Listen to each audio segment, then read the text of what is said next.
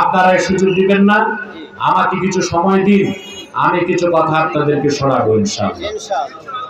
আজকে আমি তেলাওয়াত করেছি সূরা ইব্রাহিম থেকে। বলুন তো কোন সূরা?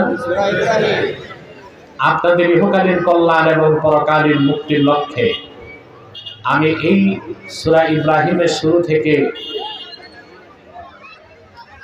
নির্ভরযোগ্য মুফাসসির এবং মুহাদ্দিসগণের দৃষ্টিকোণ থেকে কিছু কথা আপনাদের সামনে তুলে ধরার চেষ্টা করব ইনশাআল্লাহ। ভূমিকাতে একটি কথাই বলবো, আপনারা যে এখানে এসেছেন আর ধৈর্যের সাথে বসে আছেন, পার্থিব কোনো স্বার্থ আছে? জোরে বলেন। আমরা এসেছি শুধুমাত্র আল্লাহ তার হাবিবের রেজামন্দি হাসিল করার জন্য, ঠিক না? আপনারা ওভার কনফিডেন্সের সাথে বিশ্বাস রাখতে পারেন মুনাজাতের সাথে সাথে জিন্দেগীর গুনাহগুলো আল্লাহ মাফ করে দিবেন, এটা আমার কথা না। কারণ আপনারা মাহফিলে বসার সাথে সাথে আকাশে জমিনে সব জায়গায় আপনাদের জন্য দোয়া চালু হয়ে গেছে। আল্লাহর হাবিব ইরশাদ করেছেন, উম্মতে মুহাম্মাদীর কোন ইমানদার যখন দ্বীন শেখার জন্য বের হয়ে যায়, ওয়াস্তাগফিরু লাহু মান ফিস সামাওয়াতি ওয়াল আরদ, আকাশে জমিনে যারা আছে আল্লাহর প্রতিটি সৃষ্টি ওই বান্দার জন্য আল্লাহর কাছে গুনাহ মাফের দোয়া করে। এমনকি নদী আর সমুদ্রের অগণিত মাছ ওই বান্দার জন্য আল্লাহর কাছে দোয়া করে। এই সৃষ্টিকুলের এতগুলো সৃষ্টির দোয়া কারো না কারো দোয়া কবুল করে আল্লাহ তাআলা গুনাহ মাফ করে দিতে পারেন না? আজকে দিনের অধিবেশনে আসরের আগেই তো মুনাজাত ইনশাআল্লাহ। আমরা যখন মুনাজাতে হাত তুলে মুখে লাগাবো, আমাদের সগীরা গুনাহগুলো মাফ হয়ে যাবে। যদি 2 ফোঁটা চোখের পানি ফেলতে পারি, কবিরা গুনাহ মাফ হয়ে যাবে। এটা আমার কথা না, রাসূল করিম সাল্লাল্লাহু আলাইহি ওয়াসাল্লাম ইরশাদ করেছেন। ইমামে হায়সামি মাজমাউজ জাওয়ায়েদের মধ্যে বর্ণনা করেন, আল্লাহর হাবিব ইরশাদ করেছেন, আমার উম্মতের কোন ইমানদার যদি আল্লাহর কাছে দোয়া করে, বাকিরা যদি আমিন আমিন বলে দোয়াতে শামিল হয়, আল্লাহ রাব্বুল আলামিন আমার উম্মতের সম্মিলিত মুনাজাত তাৎক্ষণিক কবুল করে নেবে। আজকে আমাদের গুনাহ মাফ হয়ে যাবে, এতে আমরা খুশি না বেজার? সেজন্য আসুন আমরা সকলে একবার অবনত চিত্তে হৃদয়ের আবেগ অনুভূতি উজাড় করে সমবেত কণ্ঠে বলি আলহামদুলিল্লাহ। আমি ধন্যবাদ জ্ঞাপন করছি আজকের মাহফিলের সম্মানিত সভাপতি আলহাজ মাওলানা নাসিরউদ্দিন পীর সাহাব, সুবেদপুর দরবার শরীফের উপস্থিত উলামায়ে কেরাম এবং অতিথিবৃন্দ সকলকে আমার পক্ষ থেকে অভিনন্দন, শ্রোতা মণ্ডলীকে মুবারক জ্ঞাপন করছি, শুভেচ্ছা জ্ঞাপন করছি, হৃদয় নিংড়ানো ভালোবাসা জ্ঞাপন করছি। সবটুকুন শুকরিয়া আল্লাহ তাআলার জন্য, যিনি আমাদেরকে দুপুর বেলায় কর্মব্যস্ততার মধ্যেও এখানে আসার বসার সুযোগ ভিক্ষা দান করেছেন। সেজন্য আমরা বলি আলহামদুলিল্লাহ।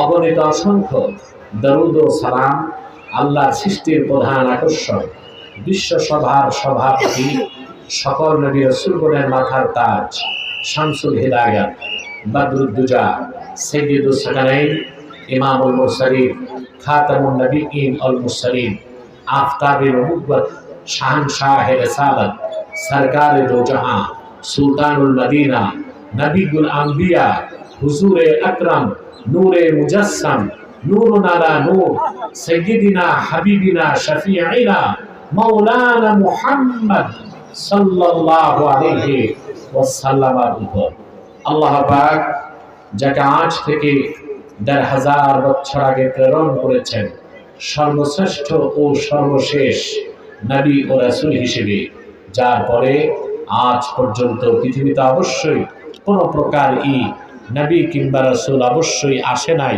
অবশ্যই এখনো নাই, অবশ্যই কিয়ামত পর্যন্ত আসবে না। সম্মানিত সুধী, আমরা আসতে পেরে খুশি না বেজার? বেজার শুধু শয়তান, আর শয়তানের চেলাচামুন্ডারও বেজার। অবশ্য বর্তমানে শয়তানের চেলাচামুন্ডার সংখ্যা একটু কমছে, কিছু তো আছে। শয়তান ওয়াসওয়াসা দিতে পারে আমাদের, সেজন্য আমরা ন্যাক নিয়ত করে শয়তানের নাপাক গালে একটা চপেটা ঘাত করতে চাই। রাজি আছেন? আমরা নিয়ত করছি কিছুক্ষণ পরে আজকের মুনাজাত করে গুনাহ মাফ করে নিষ্পাপ বেহেশতি আল্লাহওয়ালা হয়ে বাড়ি যেতে চাই। কারা কারা হাত তুলে আল্লাহ তাআলাকে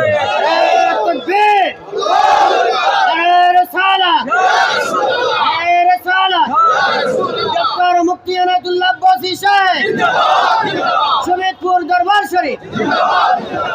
আল্লাহ কবুল করুন, আল্লাহ মঞ্জুর করুন, বলুন আল্লাহুম্মা আমিন। মোটামুটি ভালো হচ্ছে, আরেকটু ক্লিন করে দাও, স্পষ্ট।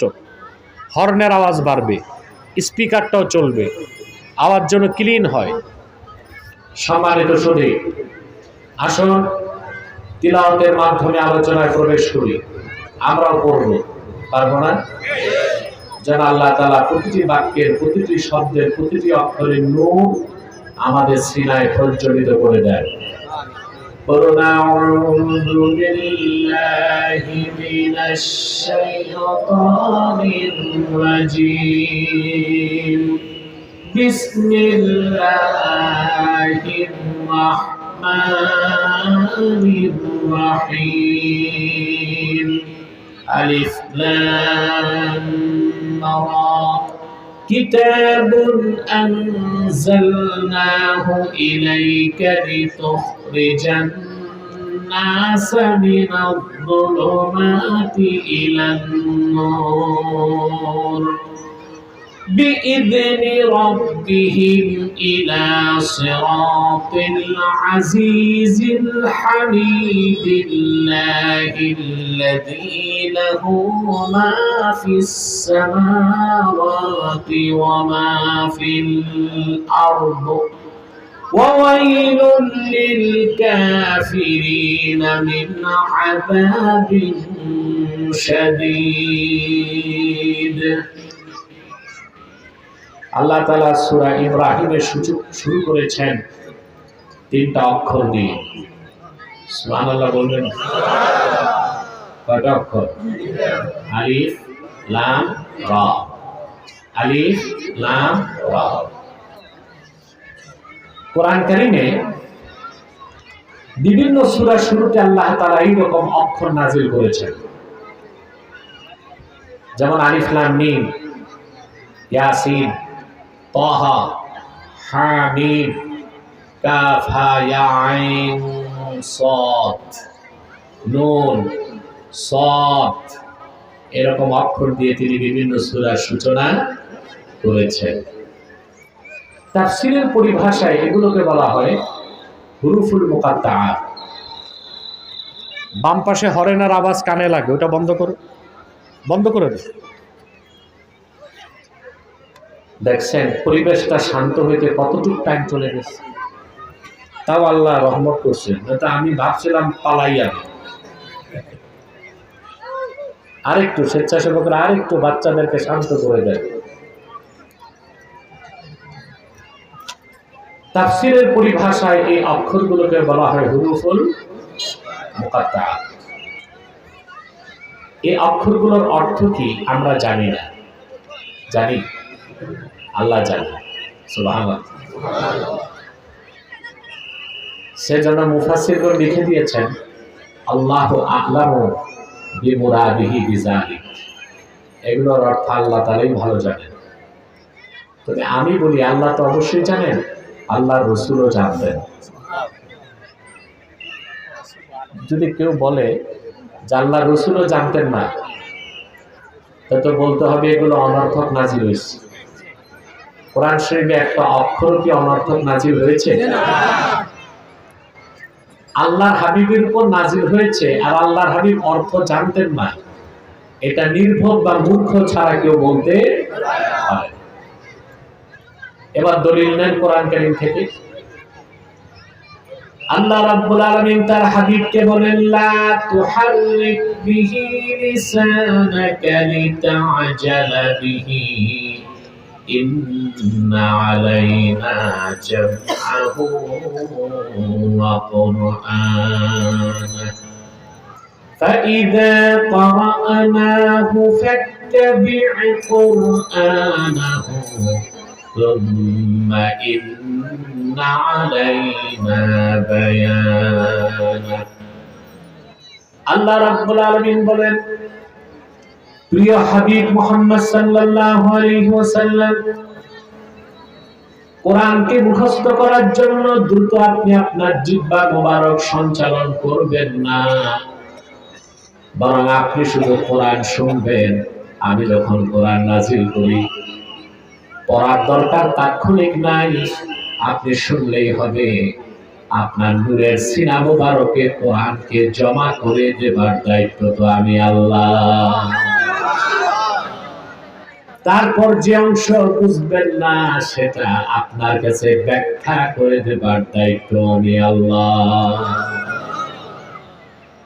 সুম্মা ইন্না আলাইনা বায়ানা, এই আয়ের মারজা হচ্ছে কোরআন। তাহলে বোঝা যাচ্ছে বিসমিল্লাহর বা থেকে মিনাল জিন্নাতি ওয়ান নাসের সিন পর্যন্ত প্রতিটি বাক্যের, প্রতিটি শব্দের, প্রতিটি অক্ষরের অর্থ আল্লাহ তার রাসূলকে জানাই দিয়েছেন। অতএব হুরুফুল মুকাত্তাতের অর্থ অবশ্যই রাসূলুল্লাহ জানতেন, ঠিক কি না? সুবহানাল্লাহ, সুবহানাল্লাহ। এরপরে আল্লাহ তাআলা বলেন, কিতাবুন আনজালনাহু ইলাইকা লিতুখরিজান নাসা মিনাজ যুলুমাতি ইলান নূর। মুহাম্মদ সাল্লাল্লাহু আলাইহি সাল্লাম, আপনার উপরে কিতাব আমি নাযিল করেছি কোরআন, যেন আপনি গোটা বিশ্বের মানুষকে অন্ধকার সমূহ থেকে বের করে একটি নূর, একটি আলোর দিকে আনতে পারেন। ভাই, আমি কবরস্থানে না, মাহফিলে আছি, আপনারা ভুলে গেছেন। পুরুষের কণ্ঠে বলেন সুবহানাল্লাহ। এবার হয়েছে, আল্লাহ বলেন মুহাম্মদ সাল্লাল্লাহু আলাইহি সাল্লাম, এই কোরআন আপনার উপর নাযিল করেছি যেন আপনি বিশ্ব মানবতাকে অন্ধকার সমূহ থেকে একটি নূর, একটা আলোর দিকে আনতে পারেন। ওই নূর হচ্ছে ইসলাম। সুবহানাল্লাহ। খেয়াল করেন, আল্লাহ ইসলামকে বলেছেন নূর। আর ইসলাম ছাড়া যত তন্ত্র, মন্ত্র, ধর্ম, মতবাদ, আদর্শ, বিধান, সংবিধান, আইন ও কানুন, ইজমকে আল্লাহ বলেছেন জুলুমাত। জুলমাতুন মানে অন্ধকার, আর জুলুমাত মানে অন্ধকার সমূহ।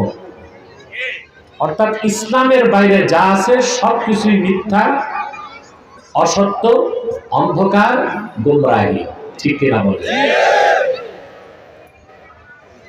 আমার দুঃখ হয়, বাংলাদেশে যারা ফাসেক ফাজেক তারা না,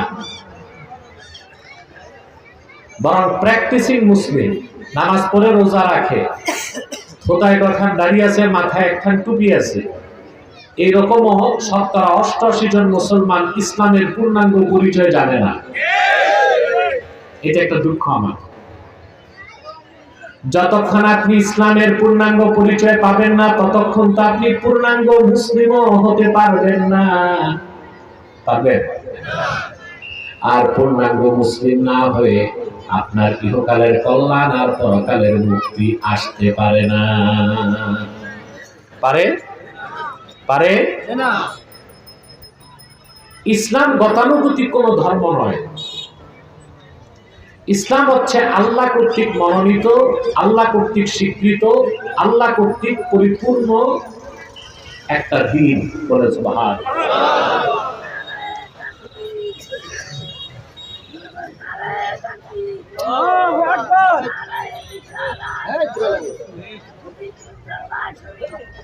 কথা বুঝতেছেন? ইসলাম গতানুগতিক কোন ধর্ম না, কোন প্রথার নাম না। ইসলামকে আল্লাহ বলেছেন নূর। ইসলামের পরিচয় দিতে যে অন্যত্র আল্লাহ তাআলা বলেন ফামান ইয়াকফুর বিত-তাগুতি ওয়া ইউমিন বিল্লাহি ফাকাদ ইসতামসাকা বিল উরওয়াতিল উসকা।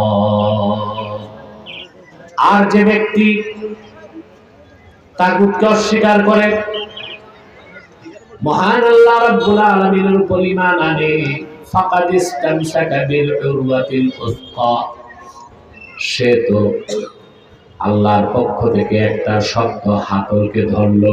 সুবহানাল্লাহ বলে। ইসলামকে আল্লাহ বলেছেন উরওয়াতুল উসকা, শক্ত হাতল। এমন এক হাতল হচ্ছে ইসলাম, লা ইনফিসাম আলাহা আই লা ইনকিতা আলাহা, যে হাতলটা ধরলে আপনাকে ইসলাম আল্লাহর জান্নাত পর্যন্ত পৌঁছায় দিবেন। বলেন সুবহানাল্লাহ। ইসলামকে আল্লাহ বলেছেন উরওয়াতুল উসকা।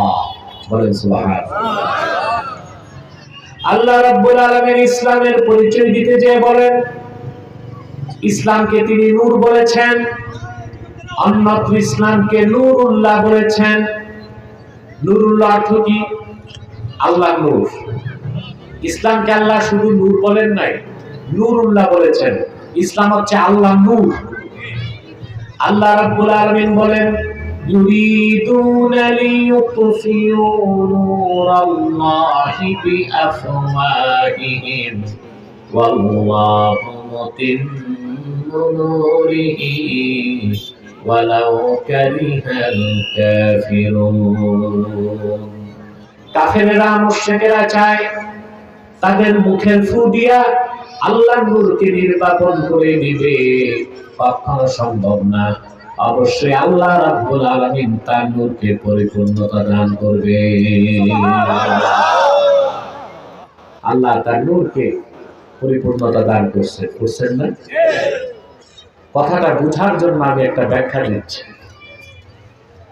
আল্লাহর দ্বীনের প্রচার নিয়ে প্রথমে আসলেন হযরতে আদম, ঠিক না?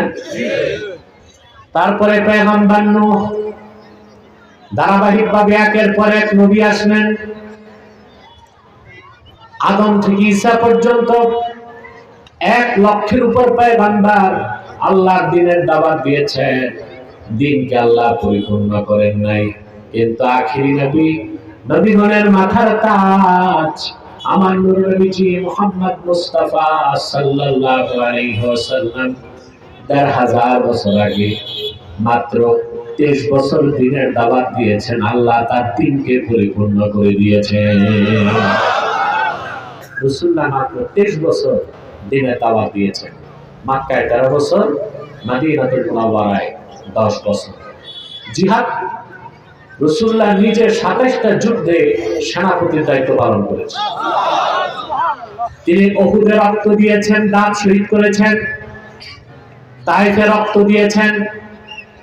যুদ্ধ করার জন্য আল্লাহর হাবিব খন্দকে গিয়েছেন, হুনাইনে গিয়েছেন, তাবুকে গিয়েছেন। লাখের উপর পয়গম্বর হাজার হাজার বছর দ্বীনের দাওয়াত দিলেন, দ্বীন পরিপূর্ণ হয় নাই। কিন্তু আখিরি নবী মুহাম্মদ সাল্লাল্লাহু আলাইহি ওয়াসাল্লামের মাত্র 23 বছরের দাওয়াতের কারণে আল্লাহ রাব্বুল আলামিন দ্বীনকে পরিপূর্ণ করে তার নূরকে পরিপূর্ণ করে দিলেন। তাতে বলা যায় 1 লক্ষের উপর পয়গম্বরের মেহনতকে এক পাল্লায় দিলে আল্লাহর হাবিবের মেহনতের ওজন আরেক দিকে বেশি হয়ে যাবে। ঠিক না? কোরআন সাক্ষ্য দেয়, হাদিস সাক্ষ্য দেয়। 23 বছর দ্বীনের দাওয়াত হয়ে যাবার পরে আল্লাহর হাবিব যখন আরাফার ময়দানে আসলেন, জিলহজ মাসের 9 তারিখ ছিল, আসর নামাজের শেষ সময়, মাগরিব নামাজের কিছু আগে আল্লাহর হাবিব কুষ্টির পিঠে বসা ছিলেন। আল্লাহর হাবিবের সামনে 1 লক্ষের উপর সাহাবী দাঁড়ায় ছিলেন। একটা বর্ণনায় 1,24,000 সাহাবী, আরেক বর্ণনায় 1,40,000 সাহাবী। যারা 1,24,000 বলেছেন তারা নারী আর শিশুদেরকে বাদ দিয়েছেন, আর যারা 1,40,000 বলেছেন তারা নারী আর শিশুদেরকেও গণনা করেছেন। লক্ষাধিক সাহাবী আল্লাহর হাবিবের সামনে উপস্থিত ছিলেন। জিবরিল খোঁজ খবর দিয়ে দিল, আল্লাহ বলেন আল ইয়াউমা আকমালতু লাকুম দীনাকুম ওয়া আতমামতু আলাইকুম নি'মাতি ওয়া রাদিতু লাকুমুল ইসলাম দীনা। আল্লাহ ডাক দিয়ে বললেন, যে মানব জাতি লাখের উপর পয়গম্বর, হাজার হাজার বছর দিনের দাওয়াত দিয়েছেন, দিন পরিপূর্ণ করি নাই, কিন্তু আমার নবী মুহাম্মদ সাল্লাল্লাহু আলাইহি সাল্লামের 23 বছরের দাওয়াতের কারণে আমি তোমাদের জন্য দিনকে আজকে পরিপূর্ণ করে দিলাম। ওয়া আতমামতু আলাইকুম নি'মাতি, তোমাদের উপর আমার নিয়ামতকে পরিসমাপ্ত করলাম। ওয়া রাদিতু লাকুমুল ইসলাম দীনা। সুবহানাল্লাহ। এই আয়াতের ব্যাখ্যা আমি করব না, রাসূলুল্লাহর আপন চাচাতো ভাই আব্দুল্লাহ বিন আব্বাস রাদিয়াল্লাহু তাআলা আনহুমা, ওনার থেকে ব্যাখ্যা এসেছে তানবীরুল মিকবাস মিন তাফসীর ইবনে আব্বাস। ওয়া রাদিতু লাকুমুল ইসলাম দীনা, তার ব্যাখ্যা ইবনে আব্বাস বলেন, আই আখতারতু লাকুমুল ইসলাম দীনান ফাকাত, সমস্ত ধর্মকে রহিত করে একমাত্র আমি আমার হাবিব মুহাম্মদ সাল্লাল্লাহু আলাইহি সাল্লামের দ্বীনকে পরিপূর্ণ করে দিলাম, আর আমার হাবিবের দ্বীনকে শুধু মনোনীত করলাম। ইসলাম পূর্ণাঙ্গ জীবন বিধান। সুবহানাল্লাহ। ইসলাম হচ্ছে আল্লাহর নূর। ইসলাম কার নূর? আল্লাহ পরিপূর্ণ করে দিয়েছেন ১,৫০০ বছর আগে। ইসলামের ক্ষতি করা কোনো অপশক্তির পক্ষে সম্ভব হতে পারে না। আমার বড় দুঃখ লাগে, আমাদের দেশে তো এখন বক্তার অভাব নেই, আছে না? এক এক ব্র্যান্ডের বক্তা বের হয়েছে। কিছু বের হয়েছে মোটিভেশনাল স্পিচার, স্পিকার। ওনারা মিঠা মিঠা কথা বলে আর সহজে ভাইরাল হবার ধান্দা খুঁজে, ঠিক না? এসে যুবকদেরকে বলবে, তোমরা কে কে হালাল প্রেম করবা? সুরসুরি দেয়। যুবকরা মনে করে মৌলনাই তো ভালো, প্রেম ও হালাল করছে। কিছুদিন পর বলবে, কে কে হালাল মদ খাইবা? তাই হচ্ছে না? এইরকম বক্তা প্রবক্তা তারা কথায় কথায় বলে আমাদের এক হইতে হবে, নতুবা ইসলামের ক্ষতি হয়ে যাবে। নাদান বুঝে না ইসলাম ক্ষতি হওয়ার জিনিস না। আবার বলে আমাদেরকে সতর্ক হতে হবে, নতুবা ইসলামের বেঈমানরা ইসলাম ধ্বংস করে ফেলবে। বেয়াদব, ইসলাম ধ্বংস করার ক্ষমতা কারণে। ইসলাম হচ্ছে আল্লাহর নূর, ইসলাম হচ্ছে চেরাগে মুহাম্মাদি। কিয়ামত তক দুনিয়ার সমস্ত অপশক্তি এক হয়েও আল্লাহর নূর চেরাগে মুহাম্মাদি দ্বীন ইসলামের এক যাররা পরিমাণ ক্ষতি করতে পারবে না। পারবে? ইসলামের ক্ষতি করা যায় না, মুসলমানের ক্ষতি করা যায়। ইসলামের ক্ষতি আর মুসলমানের ক্ষতি এক বিষয় নয়। সুবহানাল্লাহ বলেন। ইসলামকে আল্লাহ পরিপূর্ণ করে দিয়েছেন। ইসলামকে আল্লাহ বলেছেন নূর, ইসলামকে আল্লাহ বলেছেন উরওয়াতুল উসকা, ইসলামকে আল্লাহ বলেছেন নূরুল্লাহ। আল্লাহ নূর বলে সুবহানাল্লাহ। আমার ভাইরা, শুধু ইসলামকে আল্লাহ নূরুল্লাহ বলেন নাই। ও মিয়া, তোমরা ওদিক কি তাকাও, কি দেখো, কি আছে ওইদিক? যা আছে এইদিকে আছে। এত বদ অভ্যাস কেন এত দিকে তাকানো? মনোযোগ লাগবে, একনিষ্ঠতা লাগবে, নতুবা কোরআনের বরকত পাবা না। আছে মনোযোগ? ইসলামকে আল্লাহ বলেছেন দীনুল্লাহ, আল্লাহর দ্বীন। সুবহানাল্লাহ। আমাদের দেশে এখন তথাকথিত বিপ্লবের পরে আমরা ভেবেছিলাম বুদ্ধিজীবী নাস্তিকার ভারতের দালালদের উৎপাত কমবে। এখন দেখি না, তারা বিভিন্নভাবে ঘাপটি মেরে বসে আছে।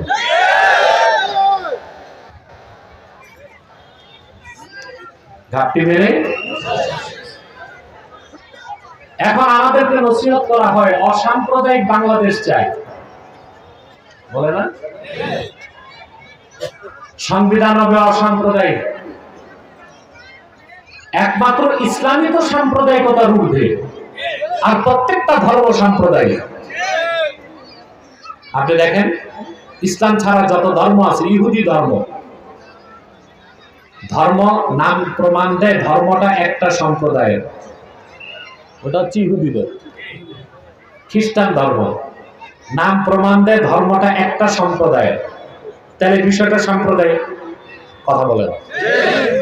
খ্রিস্টান ধর্ম নাম কি প্রমাণ দেয় ধর্মটা কাদের? খ্রিস্টানদের। বৌদ্ধ ধর্ম নাম প্রমাণ দেয় ধর্মটা কাদের? হিন্দু ধর্ম নাম কি প্রমাণ দেয় ধর্মটা কাদের?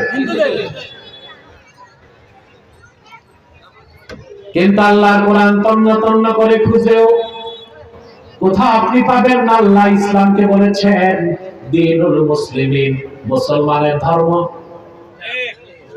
বলছে। তার কারণ ইসলাম শুধুমাত্র মুসলমানের কল্যাণে আসে নাই, আল্লাহ তার হাবিব মুহাম্মদ সাল্লাল্লাহু আলাইহি সাল্লামের আনিত দ্বীন দ্বীন ইসলামকে মুসলমানের ধর্ম বলেন নাই, আল্লাহ বলেছেন দ্বীনুল্লাহ, এটা আল্লাহর ধর্ম। আল্লাহ রাব্বুল আলামিন বলেন ইযা জাআ নাসরুল্লাহি ওয়াল ফাতহ ওয়া রাআইতান নাসা ইয়াদখুলুনা ফি দীনিল্লাহি আফওয়াজা। ইসলামকে আল্লাহ বলেছেন দীনুল্লাহ। দীনুল্লাহ মানে কি? আল্লাহর দ্বীন। কথা বলেন, আল্লাহর দ্বীন। মুসলমানের ধর্ম এটা আল্লাহ বলেন নাই। কার ধর্ম বলছেন? আল্লাহ নিজের ধর্ম বলেছেন ইসলামকে। অতএব জমিন হচ্ছে আব্দুল্লাহ, দিন হচ্ছে দীনুল্লাহ, আমরা হচ্ছে ইবাদুল্লাহ। আল্লাহর জমিনে আল্লাহর বান্দারা আল্লাহর দ্বীনের আইন দিয়ে দেশ চালাবে, সাম্প্রদায়িকতার ধোঁয়া তোলার সুযোগ না আছে। শরীয়ত আইনের কথা বললেই বলে সাম্প্রদায়িকতা, কোরআন সুন্নাহর আইনে দেশ চলবে বললেই বলে এটা জঙ্গিবাদ, মৌলবাদ। জমিন কার? আব্দুল্লাহ। দিন কার? দীনুল্লাহ।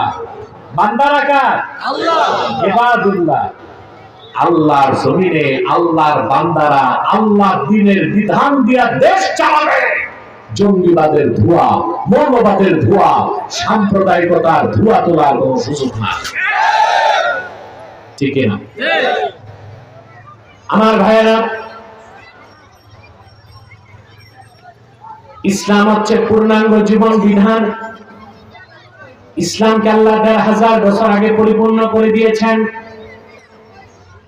আমার দেশে অসংখ্য মুসলমানের ইসলাম সম্পর্কে সুস্পষ্ট ধারণা নাই। আমি দুইটা বিষয়কে স্পষ্ট করে দিচ্ছি। তার প্রথমটা হচ্ছে ইসলামকে খণ্ডন করা যায় না, ইসলামকে ভাগ করা যায় না, ইসলাম একটাই, ইসলাম পরিপূর্ণ। বলেন সুবহানাল্লাহ। আল্লাহর হাবিব সাহাবায়ে কেরামকে বলেছেন, আমার সাহাবীরা, আমি এমন একটা দিন তোমাদের জন্য রেখে যাচ্ছি, লাইলুহা ওয়া নাহারুহা সাওয়া। আল্লাহু আকবার। যে দিনের রাত যেমন দিন তেমন, দিন যেমন রাত তেমন, আল্লাহর হাবিব আমার একটা দিন আমাদের জন্য রেখে গেছেন, যা মধ্যাহ্নের দিবাকর সূর্যের চেয়েও সমুজ্জ্বল। এত বাজে মাইক আমি এই বছর পাই নাই। সাউন্ড লাগবে স্টেজে, সাউন্ড লাগবে স্টেজে, হর্ন চলতে হবে, আওয়াজ ক্লিন করতে হবে, স্পিকার চালাও। সম্মানিত সুধী, আমি বসেছি 50 মিনিট পার হয়ে গেছে, আর 10 মিনিট 15 মিনিট কষ্ট দিব, করবেন সবাই?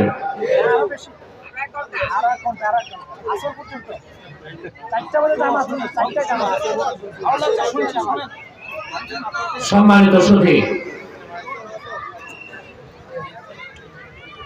সম্মানিত সুধী, কথা শুনতেছেন? তাহলে দিন পরিপূর্ণ।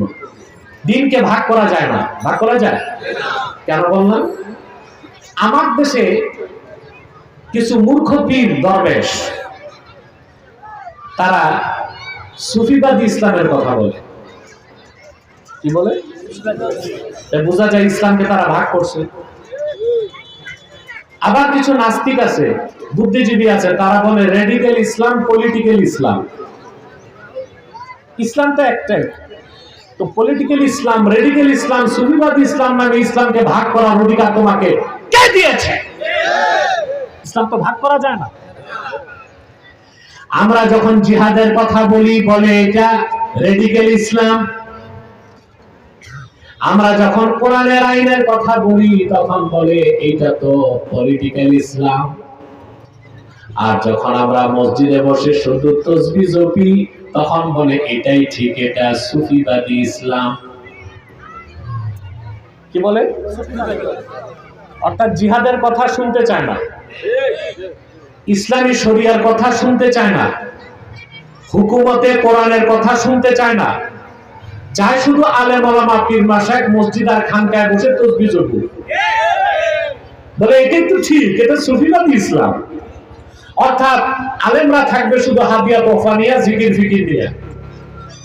দেশ কিভাবে চলবে আমরা দেখব, আদালত কিভাবে চলবে আমরা দেখব, ব্যবসা বাণিজ্য কিভাবে চলবে আমরা দেখব। ওরা চায় ভালো মানুষেরা সব মসজিদ আর খানকায় থাক, আর যত চোর চোরটা দুর্নীতিবাজ তারাই সমাজ আর দেশ চালায়। এই জন্য তারা ইসলামকে ভাগ করার চেষ্টা করে, বলে পলিটিক্যাল ইসলাম, রেডিক্যাল ইসলাম, সুফিবাদী ইসলাম। ইসলামী রাজনীতি পূর্ণাঙ্গ ইসলাম নয়, তবে পূর্ণাঙ্গ ইসলামের অংশ। জিহাদ ফি সাবিলিল্লাহ পূর্ণাঙ্গ ইসলাম নয়, পূর্ণাঙ্গ ইসলামের অংশ। তরিকত তাসাউফ ইলমে মারিফাত পূর্ণাঙ্গ ইসলাম নয়, তবে পূর্ণাঙ্গ ইসলামের অংশ। কথাটা বুঝার আছে না? পূর্ণাঙ্গ ইসলাম না, পূর্ণাঙ্গ ইসলামের অংশ। অতএব রেডিক্যাল ইসলাম, সুফিবাদী ইসলাম আর পলিটিক্যাল ইসলাম বলে ইসলামকে ভাগ করতে যারা চায় নিঃসন্দেহে তারা বেঈমান, জিন্দিক, ইসলাম ও মুসলমানের শত্রু, পশ্চিমাদের দালাল ছাড়া আর কিছু না। ইসলাম প্রতিষ্ঠার জন্য জিহাদ লাগবে, দ্বীনের হুকুম কায়েম করার জন্য রাজনীতি করতে হবে, আত্মশুদ্ধির জন্য তরিকত তাসাউফ লাগবে, আল্লাহ আল্লাহ বুজুর্গের সোহবত লাগবে। আপনি একটা বুঝবেন আর একটা বুঝবেন না, তাতে হবে না। এই জন্য বলেছি আমার দেশের শতকরা 88% মুসলমান, ফোটায় কয়েকখান দাড়ি, মাথায় একখান টুপি, নামাজ রোজা জিকির ফিকির সবই আছে, কিন্তু পূর্ণাঙ্গ ইসলামের পরিচয় কি তা তারা জানে। এই জাতির কান পেতে শুনে রাখো চাঁদপুরের মানুষ, এই বাংলাদেশের মুসলমানের 70% যে কি পূর্ণাঙ্গ ইসলামের পরিচয় জেনে যাবে, সেদিন এই বাংলাদেশে আল্লাহর কোরআনের হুকুমত কায়েমে কেউ বাধা দিতে পারবে না। আমাদের দেশে কিছু মানুষ ইসলামী রাজনীতির কথা বলে তরিকত তাসাউফকে বাদ দেয়, আবার কিছু মানুষ তরিকত তাসাউফের কথা বলে ইসলামী রাজনীতির কথা পিটাইও বলে না, কথা বলে না। আবার আমার দেশে ওই যে মোটিভেশনাল স্পিচার, স্কলার না স্ক্রু ড্রাইভার, এরা মিঠা মিঠা কথা বলে, জিহাদের কথা, কেতালের কথা বলে না। তাহলে বোঝা যাচ্ছে কোন মাসলাক বা কোন পক্ষই পূর্ণাঙ্গ দ্বীনের দাওয়াত দিচ্ছে না। পূর্ণাঙ্গ আমার কথাটা বুঝাতে পারতেছি? পূর্ণাঙ্গ দ্বীনের দাওয়াত যখন জাতি পাবে, জাতি যখন ইসলামের পূর্ণাঙ্গ পরিচয় পাবে, বাংলাদেশের জাতীয় সংসদে সেই দিন আল্লাহ দ্বীনের ঝান্ডা উড়ে যাবে। পূর্ণাঙ্গ দ্বীনের পরিচয় আপনাকে জানতে হবে। তাহলে বোঝা যাচ্ছে ইসলামী রাজনীতি পূর্ণাঙ্গ দ্বীন না, পূর্ণাঙ্গ দ্বীনের অংশ। জিহাদ ফি সাবিলিল্লাহ পূর্ণাঙ্গ দ্বীন না, পূর্ণাঙ্গ দ্বীনের অংশ। তরিকাত তাসাউফ, আল্লাহ ওয়ালাদের সোহবত, জিকির ফিকির, মুরাকাবা, মুশাহাদা, এগুলো পূর্ণাঙ্গ দ্বীন না, পূর্ণাঙ্গ দ্বীনের অংশ। তাহলে বোঝা যাচ্ছে একটা রাষ্ট্রে আল্লাহ দ্বীনের হুকুমতকে কায়েম করতে রাজনীতিবিদ লাগবে, মুজাহিদ লাগবে, লেখক লাগবে, স্পিকার লাগবে, আল্লাহ বুজুর্গদের তাওয়াজ্জু লাগবে। আপনি একটা মানবেন একটা ছাড়বেন, সফল হইতে পারবেন না।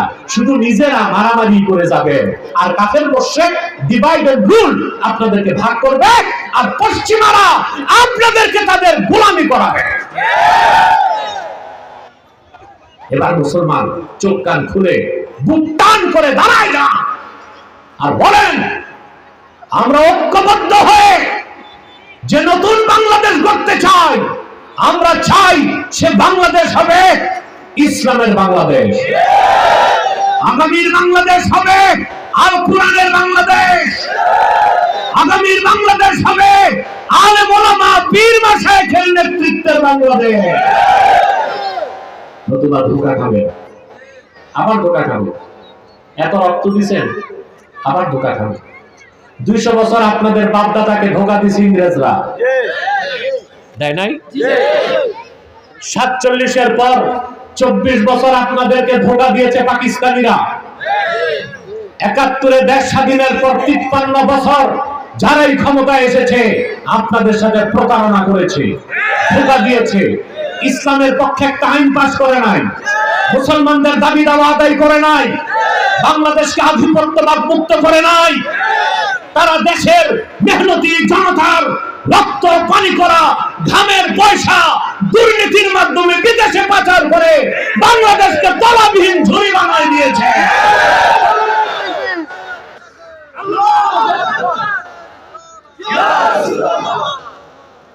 বাংলাদেশ স্বাধীনের পরে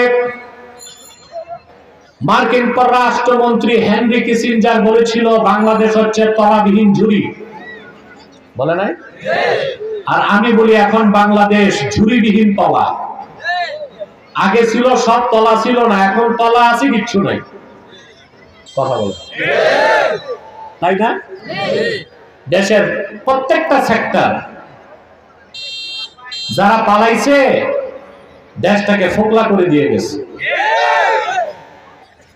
আন্তর্জাতিক মিডিয়াতে সবগুলোতে নিউজ হয়েছে। পালানোর সময় এমন ভাবে পালাইছে এক কাপড়ে। আন্তর্জাতিক মিডিয়াতে এসেছে she has destroyed all sectors of Bangladesh. বাংলাদেশের সবগুলো সেক্টর ধ্বংস করে যখন পালাইছে আর টাইম পায় নাই। এক একজন এক এক দিকে পালাইছে, কেউ স্বামীর বাড়ি, কেউ শ্বশুর বাড়ি, কেউ দাদা বাড়ি, কেউ আটলান্টিক পাড়ি দিয়া বাপেদের বাড়ি। কিন্তু দেশের জনগণের কি হলো? এখন যারা আছে তারাও যে খুব সফল তাও না, কারণ তারা তাদের কোমরের রশি আটলান্টিকের ওপারে, ওখান থেকে তাদেরকে চালানো হয়। তাহলে বোঝা যাচ্ছে আমরা কিচ্ছু পাচ্ছি না, ইসলামপন্থীরা আমাদের ঝুলিতে শূন্য।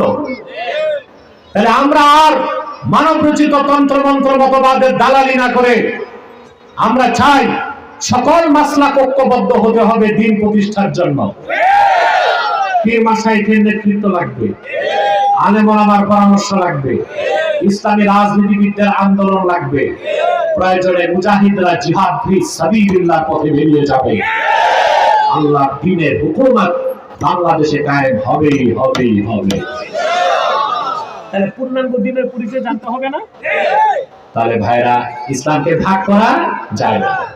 আগে ছিল বুদ্ধিজীবী, এখন বুদ্ধিজীবীদের ভাগ নাই, পুরান পাগলের ভাগ নাই, এখন নতুন পাগল কিছু বের হয়েছে।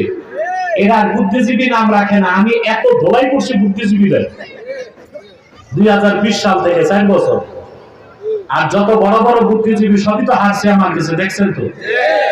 এখন আর বুদ্ধিজীবী নাম বলে না, বলে রাষ্ট্রচিন্তক। কি বলে? রাষ্ট্রচিন্তক। ওনারা পলিসি মেকার। একজন তো আছে, তারে ধরছিলাম, আমি নাম বলবো না, এই সমন্বয়কদের মাথা নষ্ট করেছে। কিংভূত মাকার সুরত, সাদা কুর্তা পরে, এত মোটা পায়জামা, আলিগলি, ওর ভিতরে ওর নাতিরে ঢুকানো যাবে, মাথায় কিংভূত মাকার টুপি, রবি ঠাকুরের মতো লম্বা দাড়ি, 3 ইঞ্চি মোটা মোষ, পিছনে সরস্বতীর মূর্তি, সামনে লালনের বেহালা। আপনারা তার নামটা জানেন।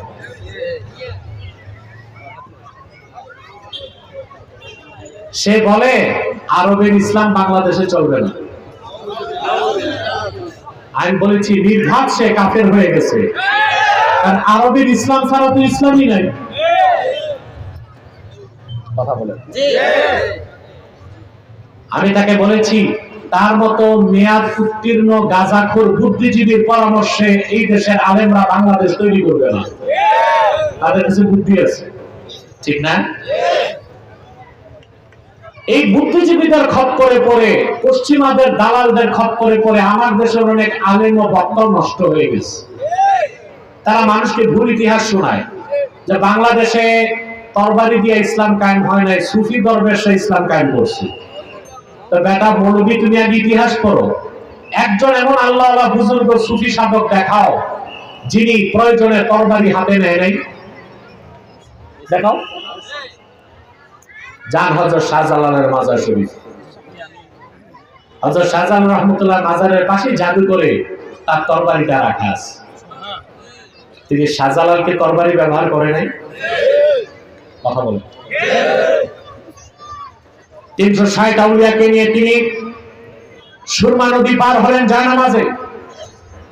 শাহজালালের বগলে ছিল জায়নামাজ, গলায় ছিল তাসবিহ, বুকে ছিল কোরআন, আর এক হাতে ছিল তরবারি। ইসলামের দাওয়াতের মাধ্যমে দ্বীনকে প্রতিষ্ঠিত করতে যখন তিনি বাংলায় এসেছেন, রাজা গৌর গোবিন্দের 20 দাঁত ভাঙতে তাকে হাতে তরবারি ধারণ করতে হয়েছে। অতএব সুফি সাধকগণ জিহাদকে বাদ দিয়া দ্বীন কায়েম করছেন, এই কথা যারা বলে তারা বাঙালি জাতিকে মিথ্যা ইতিহাস শোনায়া পথভ্রষ্ট করতে চায়। শাহজালালেরও আগে সুলতান মাহমুদ বালখি রহমতুল্লাহ 440 হিজরিতে বাংলাদেশের প্রাচীন রাজধানী বগুড়া মহাস্থাগর, ইতিহাসের নাম কুন্টু বর্ধন, পড়ছেন না ইতিহাস? প্রাচীন রাজধানী, ওখানে 440 হিজরিতে তিনি আল্লাহর দ্বীনের ঝান্ডা কায়েম করছেন। 1000 বছর আগে সুলতান মাহমুদ বালখি মাহি সাওয়ার যাকে বলা হয়, বগুড়ার মহাস্থাগরে তার মাজার শরীফ, জানেন না? ওনার বাবা ছিল আফগানিস্তানের বলখ নামক রাজ্যের বাদশাহ। বাবার মৃত্যুর পরে সুলতান মাহমুদ বালখি বাদশাহী পেয়ে তা ত্যাগ করলেন আর ফকিরের পথকে বেছে নিলেন। তিনি সোজা আফগানিস্তান থেকে দ্বীনের দাওয়াত নিয়ে চলে আসলেন বাংলাদেশের সন্দ্বীপে। নদী পথে তিনি চলে গেলেন বগুড়ার মহাস্থাগরে। ওখানে হিন্দু রাজা ছিল পরশুরাম। কি নাম ছিল? সুলতান মাহমুদ বালখি যখন দ্বীনের দাওয়াত দিলেন, প্রথম চান্সেই রাজা পরশুরামের স্ত্রী আর মন্ত্রী মুসলমান হয়ে গেছে। ক্ষিপ্র রাজা সুলতান মাহমুদ বালখিকে আঘাত করলেন। আঘাতের জবাবে সুলতান মাহমুদ বালখি ঠেকাইলেন কি দিয়ে? আঘাত তসবি দিয়া। তিনি তরবারি কোষ মুক্ত করলেন, জিহাদ হলো। সেই জিহাদে আল্লাহ তাআলা সুলতান মাহমুদ বালখিকে বিজয় দিলেন। পরশুরাম নিহত হলো। 1000 বছর আগে বাংলার প্রাচীন রাজধানী বগুড়ার মহাস্থাগরে আল্লাহ দ্বীনের ঝান্ডা উড়ে গেল। সুবহানাল্লাহ। তো সুফি সাধকরা দাওয়াতের সাথে জিহাদকেও বাদ দেন না। সুবহানাল্লাহ। তাহলে মুসলমান ভাইরা, ইসলামকে ভাগ করা যায় না, মাসলাককে ভাগ করা যায়।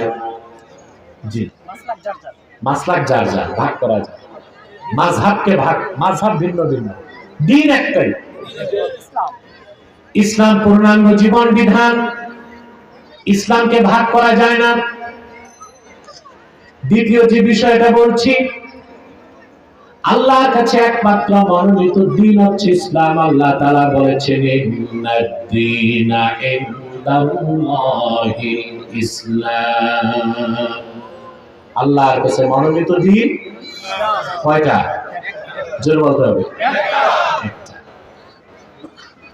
বাংলাদেশে আরেকটা ফতোয়া চালু হয়েছে, এটার নাম ইন্টারফেথ। কি না? আন্তঃধর্মীয় সম্প্রীতি। এই সব হয় পশ্চিমাদের পয়সায়। খ্রিস্টানদের একটা সংস্থা আছে, এটার নাম মুভ ফাউন্ডেশন। ওরা এটা চালু করছে বাংলাদেশে, আন্তঃধর্মীয় মতবাদ। একটা অনুষ্ঠানে দেখা যায় একজন মৌলবী হিন্দুদের ঠাকুর, খ্রিস্টানদের পাদ্রী, বৌদ্ধদের ভিক্ষু বসছে, তারপর ওনারা শান্তির বাণী প্রচার করে। কত বড় ধোঁকাবাজি আর ভণ্ডামি! ইসলাম হচ্ছে নূর, বাকি সব জুলুমাত। আলো আর অন্ধকার এক হতে পারে না। যে স্টেজে ইসলামের দাওয়াত প্রচার হয় সেখানে মানব রচিত, মিথ্যাশ্রিত, বিকৃত কোন ধর্মের মতবাদ প্রচার হতে পারে না।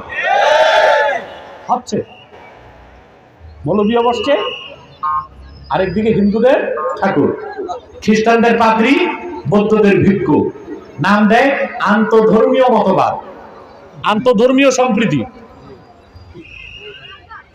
এরপরে তারা প্রচার করে ইসলাম ইজ দ্য বেস্ট, ইসলাম শ্রেষ্ঠ। আপনার তো খুশি হয়ে যান, ইসলামকে শ্রেষ্ঠ বলছে। ইসলাম ইজ দ্য বেস্ট এতটুকু বলে মুসলমান হওয়া যাবে না, বলতে হবে Islam is the best, Islam is the last. ইসলামই শ্রেষ্ঠ, ইসলামই চূড়ান্ত। Islam is fully completed by Almighty Allah. ইসলাম আল্লাহ কর্তৃক পরিপূর্ণতা দান করা হয়েছে। ইসলামকে আল্লাহ কর্তৃক পরিপূর্ণ বলে সুবহানাল্লাহ। আবার বলছি, কেউ যদি বলে ইসলাম ইজ দ্য বেস্ট, এতটুকু বলে, আমরা তাকে মুসলিম বলে স্বীকৃতি দিতে পারি না। কারণ তার উদ্দেশ্য হচ্ছে ইসলাম শ্রেষ্ঠ, ইসলামের পাশাপাশি অন্য ধর্ম থেকেও ভালো কিছু থাকলে নেওয়া যাইতে, উদ্দেশ্য এটা। এই জন্য Islam is the best, Islam is the last, Islam is fully completed by Almighty Allah. ইসলামী চূড়ান্ত, ইসলামী পরিপূর্ণ। ইসলাম ছাড়া অন্য কিছু মানি না, মানতে পারি না। এখন যারা একটু উদার মনের আছে না কিছু তথাকথিত সুশীল সমাজ, বাংলাদেশের সমাজের তো অভাব নাই। এই দেশে যত দল, পৃথিবীর কোথাও এত দল আছে? কথা বলে। আমেরিকাতে আমি গণে দেখছি রাজনৈতিক দল আছে 6টা মোটে, সিঙ্গাপুরে আছে 2টা, ব্রিটেনে আছে কয়েকটা, বাংলাদেশে আছে 147টা।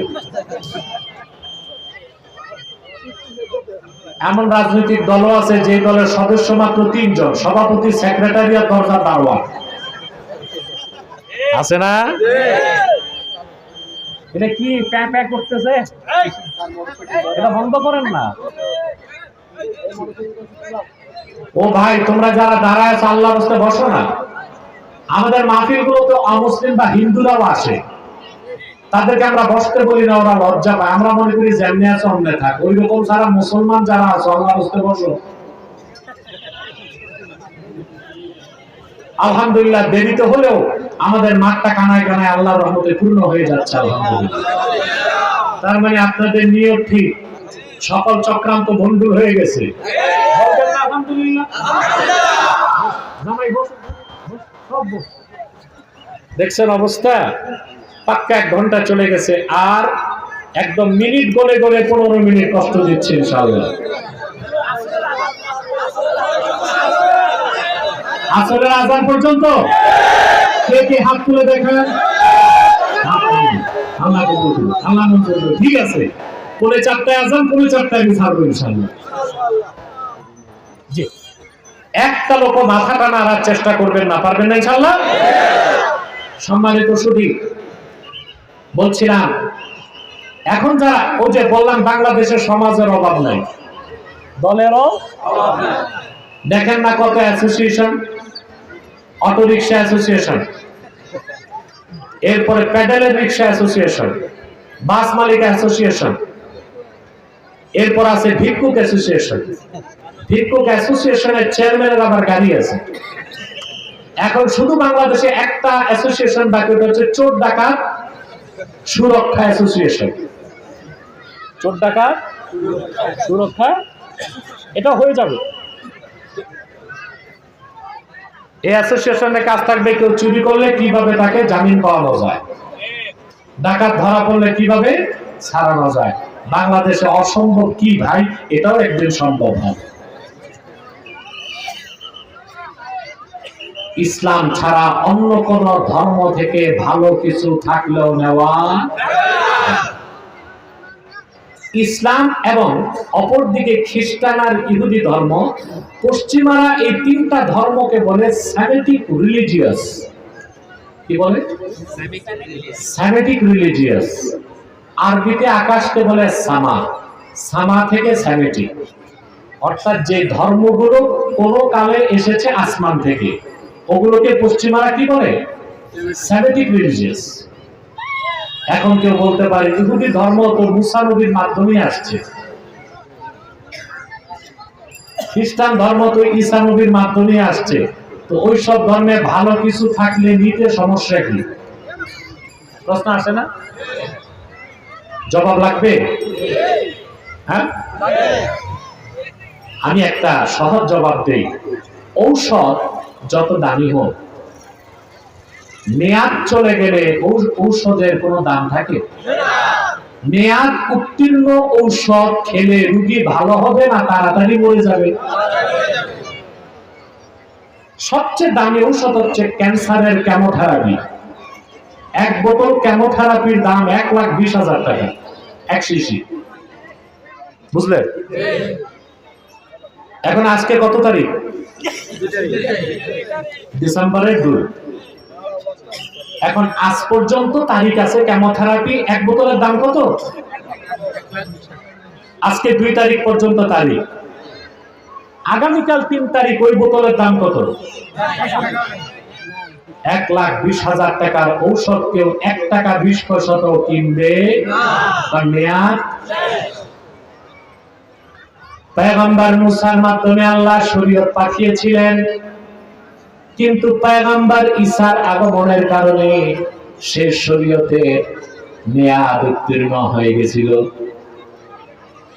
পয়গম্বর মুসা, পয়গম্বর ঈসার শরীয়ত ছিল 1,500 বছর আগে আল্লাহর আখির নবী মুহাম্মদ মুস্তাফা সাল্লাল্লাহু আলাইহি সাল্লামের আগমনের পরে পূর্বের পয়গম্বর ঈসা নবীর শরীয়ত রিজেক্ট হয়ে গেছে। ইসলামকে আল্লাহ পরিপূর্ণ করে দিয়েছেন, পূর্বের সকল ধর্ম রহিত হয়ে গেছে। এখন সেসব ধর্মের মেয়াদ উত্তীর্ণ কোনো কিছু ভালো হলেও নেওয়া যাবে না। এখন শুধুমাত্র ইসলাম, একমাত্র ইসলাম, কেবলমাত্র ইসলাম। সেজন্য আমাদের আকীদা হচ্ছে Islam is the best, Islam is the last, Islam is fully completed by Almighty Allah. ইসলাম পরিপূর্ণ, ইসলামই চূড়ান্ত, ইসলাম ছাড়া অন্য কিছু মানার সুযোগ নাই। দীর্ঘ প্রায় 1 ঘন্টা আমি আপনাদের ইসলামের পরিচয় তুলে ধরলাম। এই ইসলামকে আল্লাহ নূর বলেছেন। তারপর আল্লাহ তাআলা বলেন বিইذনি রাব্বিহিম ইলা সিরাতিল আজিজিল হামিদিল্লাহিল্লাযী লাহু মা ফিস সামাওয়াতি ওয়া মা ফিল আরদ। মুহাম্মদ সাল্লাল্লাহু আলাইহি ওয়াসাল্লাম, আপনার উপর আমি কোরআন নাযিল করেছি যেন আপনি গোটা বিশ্বের মানুষকে অন্ধকার সমূহ থেকে একটা নূর, তার মানে ইসলামের দিকে নিয়ে আসেন। কিসের মাধ্যমে? কোরআনের মাধ্যমে। জোরে বলেন, কোরআনের মাধ্যমে। সুবহানাল্লাহ বলবেন না? বিইذনি রাব্বিহিম, মানব জাতির রবের অনুমতি ক্রমে। তারপর ইসলামের আরেকটা পরিচয় আল্লাহ তুলে ধরেন, ইলা সিরাতিল আজিজিল হামিদ। এই ইসলাম হচ্ছে যিনি আজিজ, যিনি হামিদ, সেই মহান আল্লাহর পথ, মহান আল্লাহর মত। বলে সুবহানাল্লাহ। ইসলাম কার পথ? জোরে বলতে হবে, কার পথ? সুবহানাল্লাহ বলবেন না?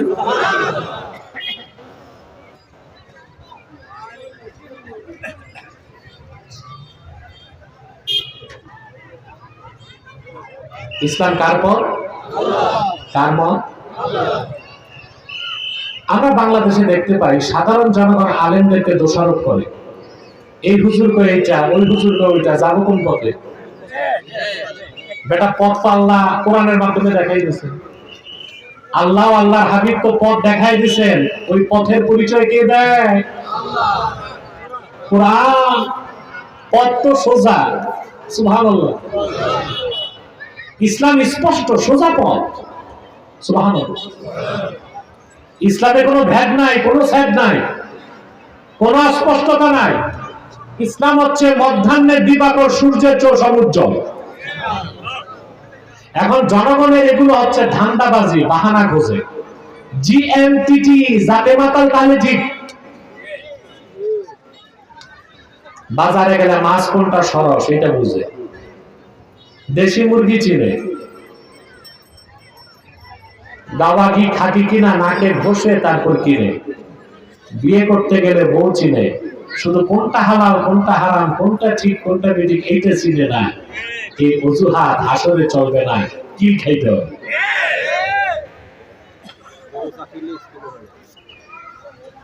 কোন আলেমের মধ্যে মৌলিক ক্ষেত্রে কোনো দ্বন্দ্ব নাই, আছে? আল্লাহ এক, সকল আলেমের এই বিশ্বাস। মুহাম্মদ সাল্লাল্লাহু আলাইহি সাল্লাম আল্লাহ সর্বশ্রেষ্ঠ সর্বশেষ নবী ও রাসূল, সকল আলেমের এটাই বিশ্বাস। কোরআন হচ্ছে আল্লাহর চূড়ান্ত শেষ আসমানি কিতাব, সকল আলেমের এটাই বিশ্বাস। ইসলামের ভিত্তি পাঁচটা, সকল আলেম একমত। নামাজ পাঁচ ওয়াক্ত, সকল আলেম একমত। মৌলিক ক্ষেত্রে কোনো মাসলাকের কোনো আলেমের কোনো দ্বন্দ্ব নাই, সব আলেম এক প্ল্যাটফর্মে আছে। সামান্য দ্বন্দ্ব শাখা প্রশাখায়, মুস্তাহাব মুস্তাহসান বিষয়ে, ঠিক কিনা? মৌলিক ক্ষেত্রে যে আলেম মতভেদ করবে ওটা আলেম তো দূরে থাক, জালেমও না, ওটা নিঃসন্দেহে জিন্দিক এবং কাফের, ঠিক না? দেখা যাচ্ছে সকল আলেম মৌলিক ক্ষেত্রে আলেমদের মধ্যে কোনো দ্বন্দ্ব, দ্বন্দ্ব যেটা ওটা শাখা প্রশাখায়। আর বলা হয়েছে ইখতিলাফুল উলামাই রাহমাতুন, আলেমদের মধ্যকার শাখা প্রশাখাগত দ্বন্দ্বটা উম্মতের জন্য রহমত। কথা বলে না? যেমন মাসলাকগত বিষয়ে হানাফিরা বলতেছে নামাজের রফে আদায় নাই, শাফিরা বলতেছে নামাজের রফে আদায় আছে। কথা বলেন? কিন্তু নামাজে যে আল্লাহু আকবার বলতে হবে এতে কোনো মাযহাবে দ্বন্দ্ব আছে? সবাই একমত, শুধু হাত তুলবো কি তুলবো না। কথা বলেন? শাফি বলেন হাত বাঁধবো বুকের উপর, ইমাম আজম বলেন নাভির নিচে। হাত বাঁধার কথা দুজনই বলেছেন, জায়গাটা একটু আলাদা। এখন এই দ্বন্দ্বগুলো হচ্ছে উম্মতের জন্য রহমত, উম্মতের জন্য। যদি এই শাখা প্রশাখার দ্বন্দ্ব না থাকতো আমরা কি কিতাব পড়তাম না শুধু দাওয়াত খাইতাম? এখন তো এক মাসলাক আরেক মাসলাককে জব্দ করতে কিতাব পড়ি, এতে মৌলিক ক্ষেত্রে এলেমটা বাড়ে ও মজবুত থাকে। সুবহানাল্লাহ কইবা না নিয়ে যা। নাস্তিকদের গালে এখন থেকে জুতা মেরে দিবা যে মৌলিক ক্ষেত্রে আলেমদের কোনো দ্বন্দ্ব নাই, সব মাসলাকের সব আলেম ইসলামের মৌলিক বিশ্বাসের ক্ষেত্রে একই রকম বিশ্বাস পোষণ করে এবং ইসলামের মৌলিক স্বার্থে তারা সব এক। পারস্পরিক আলেমদের দ্বন্দ্ব হচ্ছে মাসলাকগত এবং এই দ্বন্দ্বটা হচ্ছে শাখা প্রশাখা। তবে বাতিল ফেরকার বিষয় ভিন্ন, তাদেরকে আমরা কোনো মাসলাক মনে করি না। আমি বুঝাতে পারলাম? আমার ভাইরা, ইসলামকে আল্লাহ বলেছেন সিরাতিল আজিজিল হামিদ, এটা হচ্ছে আল্লাহর মনোনীত পথ। বলেন সুবহানাল্লাহ। আল্লাহ তাআলা এখানে ওনার দুইটা সিফত উল্লেখ করছেন। কয়টা? একটা হচ্ছে আজিজ আর একটা হচ্ছে হামিদ। সুবহানাল্লাহ। আল্লাহর আজিজ নামে কত রহমত কত নেয়ামত লুকায় আছে তা ব্যাখ্যা করার মতো কোনো শব্দ আমি অধমের কাছে নাই। যুবকরা তোমাদেরকে একটা আমল দিয়ে যায়। যুবকরা অনেক সময় নিরাশ হয়ে যায়, চাকরি পায় না, বেকার, বিদেশ যেতে পারে না, টাকা নিয়ে আদম ব্যাপারে আটকায় রাখছে। কথা বলেন? বয়স হয়ে গেছে, বিয়ে করতে পারে না, তখন এরা দৌড়ায় কবিরাজের বাড়ি। কবিরাজ ভংসং দিয়া পয়সা কিছু ডালায়, কবিরাজদের কাছে যাবেন না, তবে আল্লাহ বা পীর বুজুর্গদের কাছে যাবেন, রুকিয়া শারঈয়া ওটার জন্য যাবেন। বুঝলেন? আমার কলিজার টুকরা যুবক ভাইয়েরা, মনের মাকসাদ পূরণের জন্য একটা আমল দিয়ে যাই আল্লাহর সিফতি নামের। ফজর নামাজের পরে সূর্য ওঠার আগে জায়নামাজ থেকে উঠবানা, কিবলামুখী হয়ে 100 বার দরুদ ও সালাম পড়ে আল্লাহর পবিত্র নাম ইয়া আজিজু 1000 বার পড়ে আবার দরুদ ও সালাম পড়ে 100 বার আল্লাহর কাছে হাত তুলে চোখের পানি ছেড়ে দাও। 7 থেকে 10 দিনের মধ্যে যত কঠিন সমস্যা হোক আল্লাহ সমাধান করে দিবে। আমলটা মনে থাকবে বিনা পয়সায়। আজিজ শব্দের অর্থ কি? বাংলাতে অর্থ করা হয় পরাক্রমশালী।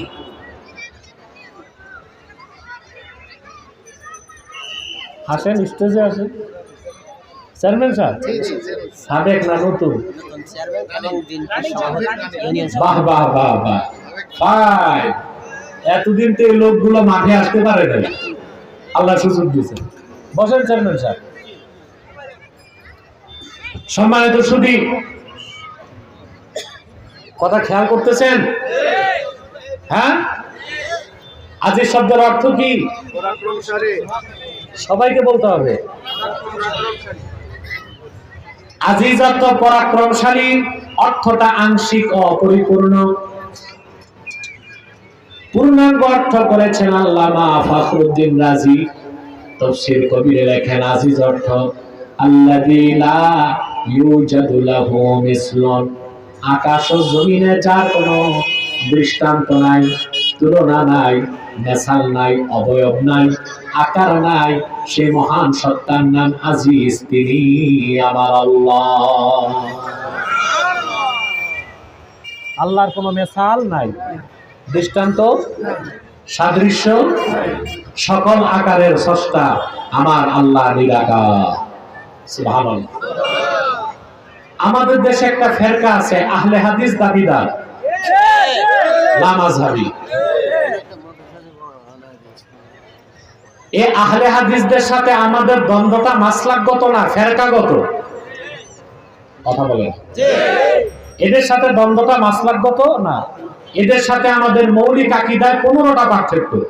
কতটা? এর মধ্যে একটা হচ্ছে তাদের আকীদায় শিরক আছে। তারা বলে আল্লাহ তাআলার জিসিম আছে, আমাদের মতই হাত আছে, আমাদের মতো চোখ আছে, আমাদের মতো চেহারা আছে, এটা শিরক। আল্লাহর সিফত নিয়ে ব্যাখ্যা করতে যে দুইটা বাতিল ফেরকার উদ্ভব ঘটছে, একটা মুজাসসিমা আর একটা মুআত্তিলা। একটা মুজাসসিমা আর একটা মুআত্তিলা। যারা মুজাসসিমা তারা বলে আল্লাহ তাআলার দেহ আছে, আমাদের মতো হাত আছে, আমরা বলি এটা শিরক। আরেকদল মূর্খ সুফি দরবেশ তারা বলে আল্লাহর হাত আছে, এটা বলাই যাবে না, আল্লাহর সিফতকে অস্বীকার করতেছে, এটা কুফর। একটা শিরক, একটা কুফর। সকল আকারের স্রষ্টা আমার আল্লাহ নিরাকার।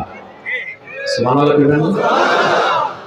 বলবেন কোরআন কারীমে যে হাতের কথা আছে, ইয়াদুল্লাহি ফাওকা আইদিহিম, তাদের হাতের উপর আল্লাহর হাত, এটার ব্যাখ্যা কি হবে? এটা সুন্দর ব্যাখ্যা করেছেন আবু হানিফা রাহমাতুল্লাহ। তিনি বলেছেন আল্লাহর হাতকে কুদরত বললেও কুফর হতে পারে। যদি বলা হয় কুদরতি হাত, তাতে আপনি তালিল করলেন, সিফতকে বিশ্বাস করলেন না। ইমাম আযম বলেছেন ইয়াদুল্লাহি মালুম ওয়াল কাইফিয়াতু মাজহুল, আমার আল্লাহর হাত আছে, বিশ্বাস করতে হবে, কি রকম ব্যাখ্যা জানার চেষ্টা করা যাবে না। তিনি বলেছেন ফালাহু ওয়াজহুন লাইসা কা উজুহিনা ওয়ালাহু ইয়াদুন লাইসা কা আইদিনা ওয়ালাহু রিজলুন লাইসা কা আরজুলিনা লাইসা কা মিসলিহি শাই। আমার আল্লাহর চেহারা আছে, আমাদের মতো চেহারা নয়। আমার আল্লাহর হাত আছে, আমাদের মতো হাত নয়। আমার আল্লাহর কদম আছে, আমাদের মতো কদম নয়। ফালাহু ইয়াদুন কামা ইয়ালিকু বিশানিহি, আমার আল্লাহর হাত আছে ওই রকম, হাত থাকা দরকার আল্লাহর যেই রকম। শেষ। ডানে বামে গেলে হয় শিরক হবে বা কুফর হবে। স্পষ্ট আকীদা অন্তরে রাখতে হবে। আকীদা ঠিক না করে নিয়ে আসা নামাজ রোজা আর তাহাজ্জুদ করলে 2 পয়সার কাম হবে, কাজ হবে। ইমামে ফখরুদ্দিন রাজি আল্লাহর আজিজ শব্দের ব্যাখ্যায় লেখেন, قد أجمع العلماء من أمة محمد صلى الله عليه وسلم أن الله عز وجل منزه من الجسم। উম্মতে মুহাম্মাদের সকল হক্কানি আলেম একমত, আমার আল্লাহ রাব্বুল আলামিন দেহ থেকে পবিত্র, বলেন সুবহানাল্লাহ। অর্থাৎ আমার আল্লাহর কোনো আকার নাই, ওনার কোনো মেসাল নাই, কোনো দৃষ্টান্ত নাই, কোনো অবয়ব নাই, কোনো সূরত চিন্তা করা যাবে না। সকল আকারের স্রষ্টা আমার আল্লাহ নিরাকার, কারণ তিনি আজিজ। সিরাতিল আজিজিল হামিদ। হামিদ অর্থ মুস্তাহিকুল হামদে, সকল প্রশংসার দাবিদার, বলে সুবহানাল্লাহ। প্রশংসা হবে কার? আল্লাহ। জোরে বলতে হবে, প্রশংসা কার হবে? সব সময় প্রশংসার দাবিকে রাখেন আল্লাহ। এরপর আল্লাহ তাআলা বলেন, আল্লাহ তার 2টা সিফত উচ্চারণ করে জাতি নাম উচ্চারণ করলেন। আল্লাহিল্লাযী লাহু মা ফিস সামাওয়াতি ওয়া মা ফিল আরদ। এই ইসলাম হচ্ছে সেই আল্লাহ, আকাশ ও জমিনের সবকিছু যা। আকাশ জমিন কার? আল্লাহ। আকাশ জমিনের মাঝখানে যা কিছু সব কার? আল্লাহ। এবার একটু রাজনীতির আলাপ করব। কিসের আলাপ? দুর্মিয়া সাহেব, তুমি না করো কেন? কোরআনের রাজনীতি, রাজনীতির আলাপ বুঝে নাই? রাজনীতির আলাপ কেন করব? প্রশ্ন আসে না? বর্তমানে টক অফ দ্য কান্ট্রি হচ্ছে রিকনস্ট্রাকশন অফ কনস্টিটিউশন। সংবিধান নতুন করে লেখার কথা হচ্ছে না? আমরা চাই সংবিধান হোক, কিন্তু মানব রচিত সংবিধান চাই না। আমার দেশের সংবিধান রচিত হবে কোরআন আর সুন্নাহর আলোকে। পার্থক্য কই আসে? আল্লাহ বলেছেন, আল্লাহিল্লাযী লাহু মা ফিস সামাওয়াতি ওয়া মা ফিল আরদ। আল্লাহ আমাদের প্রমাণ দিয়েছেন কোরআনের বিভিন্ন জায়গায়, এখানেও দিয়েছেন। আকাশ ও জমিনের সার্বভৌমত্বের মালিক কার? আল্লাহ। আকাশ ও জমিনের সার্বভৌমত্ব কার? আল্লাহ। সার্বভৌমত্বের মালিক কে? আল্লাহ। আর আপনাদের রাজনীতিবিদ যারা সংবিধান রচনা করতে চায়, তাদের বিশ্বাস হচ্ছে সার্বভৌমত্বের মালিক জনগণ। এটা শিরক। এটা কি? যে বলছি রাজনীতির আলাপ করব, এই ভাই বুঝে নাই। কথা বুঝতেছেন? বাংলাদেশের কোন পীর, কোন মৌলবী, কোন বক্তা প্রকাশ্য মাঠে এইভাবে ফতোয়া দেয় না। মুহাম্মদ সাল্লাল্লাহু আলাইহি সাল্লামের এই নগণ্য গোলাম মনে করে এই কথাগুলো জাতিকে না বললে আমার জিহ্বা আগুনে কাটা হবে কাল কিয়ামতের দিন। বলতে হবে। আবার বলছি, যারা ন্যাশনালিজমে বিশ্বাসী, secularism, communism, socialism, democracy, aristocracy, মানব রচিত তন্ত্রমন্ত্র মতবাদকে যারা বিশ্বাস করে দেশ চালাতে চায়, তাদের কনসেপ্ট, তাদের বিশ্বাস হচ্ছে সার্বভৌমত্বের মালিক জনগণ। আর কোরআনকে যারা বিশ্বাস করে, তাদের বিশ্বাস সার্বভৌমত্বের মালিক আমার আল্লাহ। হ্যাঁ, সার্বভৌমত্বের মালিক জনগণ, এটাই যদি সংবিধানের মূল হয়, ওই রাজনীতি করা শিরক। আর সার্বভৌমত্বের মালিক আমার আল্লাহ, এটাই যদি সংবিধানের মূল হয়, সুন্নাত তরিকায় যদি রাজনীতি হয়, ওই রাজনীতি হয়ে যাবে ইবাদত। একটা হয়ে যাবে ইবাদত, আরেকটা হয়ে যাবে শিরক। যারা সংবিধান রচনা করতে চায় আর মনে করে জনগণ সার্বভৌমত্বের মালিক, তারা অনেকটাই অনিচ্ছায় হিন্দুদের মূর্তি পূজার মতো সেরেক করতেছে। ঠিক যে কইলেন বুঝলেন তো না, আগে বুঝাই। হ্যাঁ, সরস্বতী পূজা দুর্গা পূজার আগে পূজা মণ্ডপে হিন্দুদের একটা মূর্তিও থাকে? কথা বলেন, থাকে না। হিন্দুরা নিজ হাতে মূর্তিগুলো বানায়, তারপরে ইমান আনে। ওরা বানায়, ওরাই ইমান আনে। ওরা মনে করে এগুলো দেব দেবী, কেউ ত্রাণকর্তা, কেউ সুখদাতা, কেউ দুঃখদাতা। তারা নিজেরা নিজের হাতে বানায়, নওজুবিল্লাহ। ওরা ওদের খোদা বানায়, তারপর ইমান আনে। পূজার পরে এগুলো বাঁশ দিয়া পিটায়া নদীতে ভ্যানিশ করে দেয়। ওরাই বানালো, ওরাই ইমান আনলো, ওরাই ধ্বংস করলো। তা আমাদের বিষয়টা তো তাই হয়ে গেল, আমরাই সংবিধান বানাই, আমরাই ইমান আনি, আবার সময় মতো বাতিল করে দিই। কথা বলেন। আমার একটা গল্প মনে পড়ছে, বলবো? যেন তেন গল্প না। হযরত ওমর রাদিয়াল্লাহু তাআলা আনহু, তিনি একদিন বসে আছেন, হঠাৎ মুচকি হাসতে লাগছে। লোকজন বললেন, হুজুর হাসেন কেন, হাসলেন কেন? বলে, দেখো, জাহিলি যুগে আমরা এমন কিছু কাজ করতাম, মনে পড়লে হাসি আসে। তো কি করতেন? বলে, এবারটা মনে রাখবেন আলেমরা, রেকর্ড তো করতেছেনই। তিনি বললেন, কুন্না ফিল জাহিলিয়াতি নাসনাউ সানামান বিল আজওয়া সুম্মা নাকুলুহু। জাহিলি যুগে আমরা খেজুর দিয়ে মূর্তি বানাইতাম, বুকে রাখতাম, মাথায় রাখতাম, বগলে রাখতাম, সাজদা করতাম, শ্রদ্ধা করতাম, চুমা খাইতাম, ক্ষুধা লাগলে খেয়ে ফেলতাম।